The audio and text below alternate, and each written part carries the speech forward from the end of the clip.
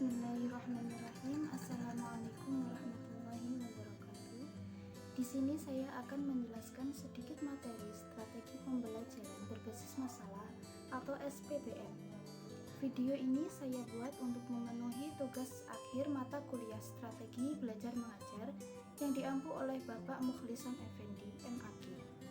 Sebelumnya perkenalkan, nama saya Fitriya Nur Fadilah dengan NIM 201200081 dari kelas PAIJ. A. Pengertian strategi pembelajaran berbasis masalah atau SPBM. SPBM merupakan suatu strategi yang lebih menitikberatkan pada penyelesaian masalah. Dalam hal ini, guru dapat memberikan stimulus kepada peserta didik dengan mengangkat suatu masalah yang kemudian akan dipecahkan secara bersama-sama. Di sini, peserta didik memiliki kesempatan untuk membuat topik untuk menyelesaikan masalah tersebut. Selanjutnya adalah pengertian SPBM berdasarkan aspek psikologi belajar. Berdasarkan aspek psikologi belajar, SPBM merupakan proses perubahan tingkah laku berkat adanya pengalaman. Dalam hal ini, peserta didik diharapkan dapat mengembangkan aspek kognitif, efektif, dan psikomotoriknya secara utuh. Yang selanjutnya adalah pengertian SPBM berdasarkan aspek filosofinya.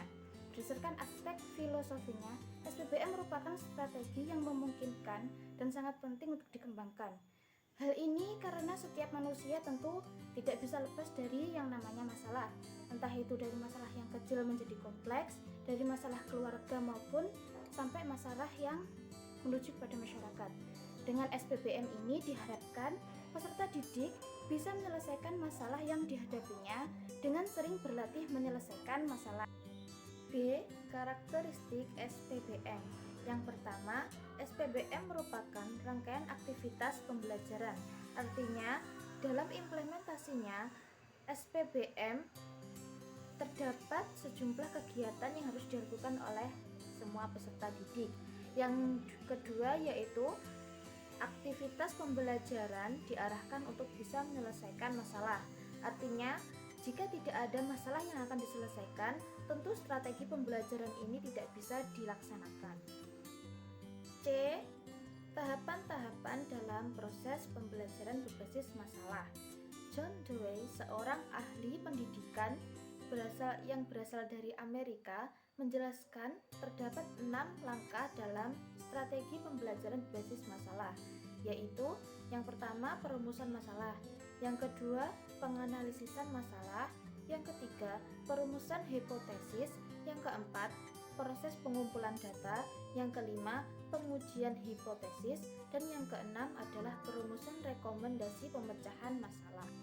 Selain itu, David Johnson dan Johnson mengemukakan terdapat 5 langkah dalam proses pembelajaran strategi masalah ini. Yang pertama, pendefinisian masalah. Yang kedua, pendiagnosisan masalah. Yang ketiga, perumusan alternatif strategi. Yang keempat, penentuan dan penerapan strategi. Dan yang terakhir adalah pelaksanaan evaluasi. Selanjutnya adalah keunggulan dari penerapan strategi pembelajaran berbasis masalah. Yang pertama, pemecahan masalah merupakan teknik yang cukup bagus untuk lebih memahami isi pelajaran. Yang kedua, pemecahan masalah dapat menantang kemampuan dari peserta didik serta memberikan kepuasan untuk menemukan pengetahuan baru bagi siswa. Yang ketiga, pemecahan masalah dapat membantu peserta didik bagaimana mentransfer pengetahuan mereka untuk memahami masalah dalam kehidupan mereka.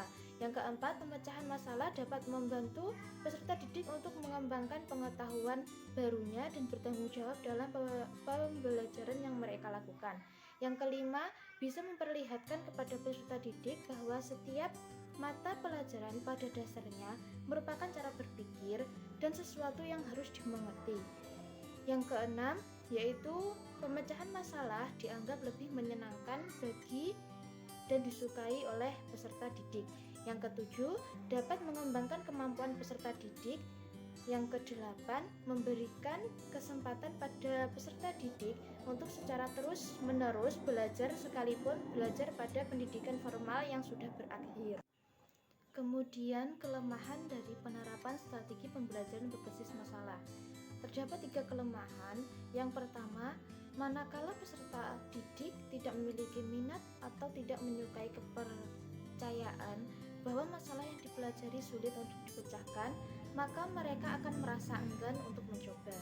Yang kedua, keberhasilan strategi pembelajaran melalui problem solving membutuhkan cukup waktu untuk persiapan.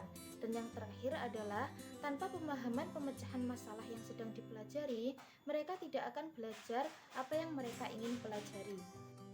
Sekian video strategi pembelajaran berbasis masalah yang saya sampaikan. Apabila ada kurang lebihnya saya mohon maaf. Wassalamualaikum warahmatullahi wabarakatuh.